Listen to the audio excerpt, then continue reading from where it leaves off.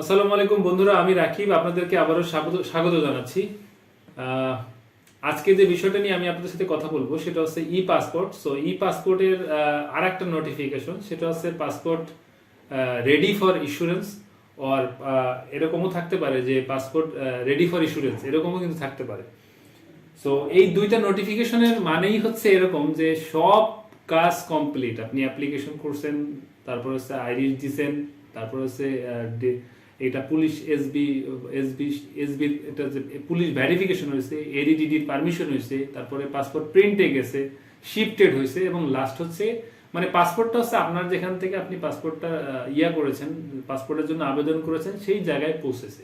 তার মানে জাস্ট হচ্ছে এটা আপনাকে যেতে হবে, যে আপনার যে ডেলিভারি স্লিপটা আছে সেই ডেলিভারি স্লিপটা নিয়ে আপনাকে সেখানে যেতে হবে এবং অফিস ডেতে যাবেন, অফিস ডেতে গিয়ে পাসপোর্টটা কালেক্ট করতে হবে। এটা হচ্ছে প্রসেস। এই জন্য কিন্তু বলছে যে passport ready for issuance or ready for issuance, যাই বলো, মানে আপনাকে ইস্যু করা পর্যন্ত বাকি আছে, বিষয়টাই মানে আপনি আসেন দয়া করে, এটা হচ্ছে বিষয়। তো বন্ধুরা, আশা করি বিষয়টা নোটিফিকেশনটা বুঝতে পেরেছেন। যদি এই ছাড়া আরো কোনো নোটিফিকেশন থাকে আপনার সাথে ঘটেছে, তো সেটার জন্য আপনি জানার জন্য কমেন্ট করতে পারেন। আর চ্যানেলটা সাবস্ক্রাইব করতে এবং ভিডিওটা শেয়ার করতে ভুলবেন না। আমি আপনার এবং আপনার ফ্যামিলি সুস্থতা মনে করছি। দেখা হবে আর নতুন কোনো সলিউশনস নিয়ে। ততক্ষণ সুস্থ থাকুন। আসসালামু আলাইকুম।